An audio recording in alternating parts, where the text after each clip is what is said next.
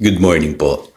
Tayo po'y mag-aral ng salita ng Diyos. 1 Thessalonians chapter 1 verse 3. Binabanggit namin sa harapan ng ating Diyos at Ama ang inyong mga gawaing bunga ng inyong pananampalataya, ang inyong pagpapagal dahil sa inyong pag-ibig, at ang inyong pagtitiis dahil sa inyong pag-asa sa ating Panginoong Hesukristo.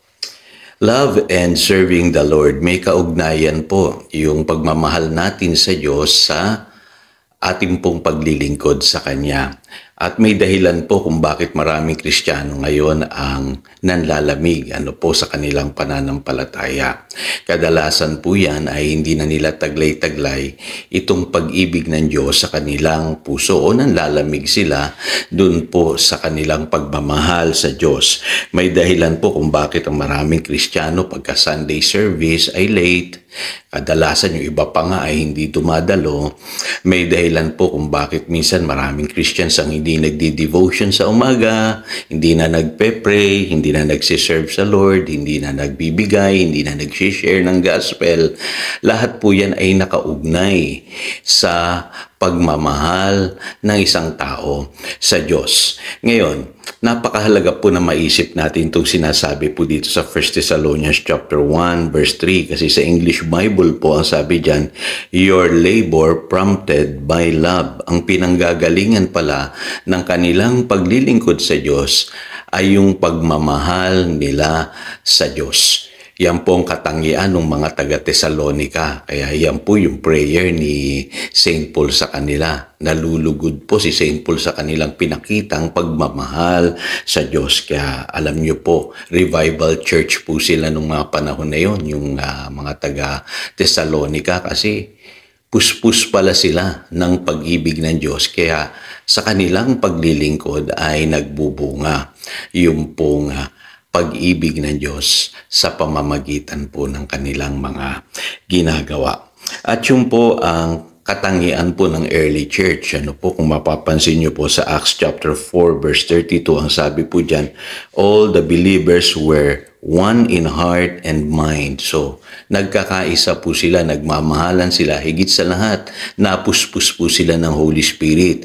At alam naman po natin, pagkapuspos ng Espiritu Santo, ang isang tao, taglay-taglay niya yung malalim na pagmamahal sa Diyos. Kaya mapapansin niyo po sa verse 33, sabi diyan, with great power the apostles continued to testify to the resurrection of the Lord and much grace was upon them all.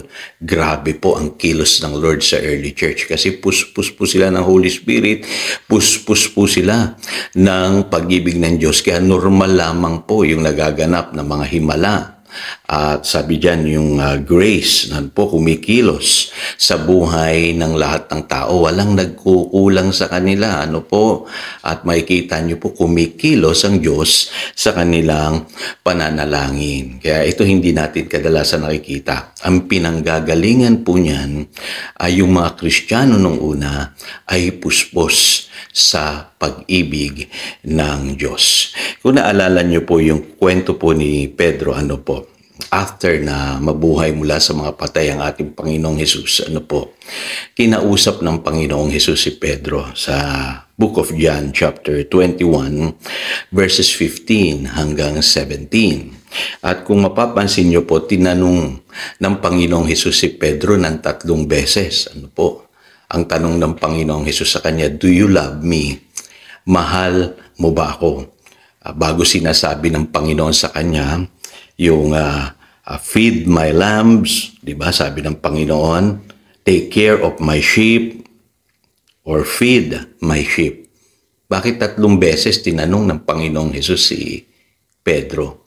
Kasi tinitiyak ng Panginoong Hesus na sa puso ni Pedro ay malalim yung kanyang pagmamahal sa Diyos. Kasi hindi magagawa ni Peter ang ministry kung hindi niya mahal ang Panginoong Hesus. Ganon din po tayo mga kapatid. Kung hindi natin mahal ang Diyos, mahirap sa atin maglingkod sa Kanya. Mahirap sa atin dumalo sa gawain. Mahirap sa atin mag-share ng gospel. Mahirap sa atin magbasa ng Biblia, manalangin, magbigay. Lahat po yan magiging mahirap sa atin kung hindi natin mahal ang Panginoon. Kaya sa panahon natin ngayon, nagtatanong pa rin ang Panginoon mahal mo ba ako?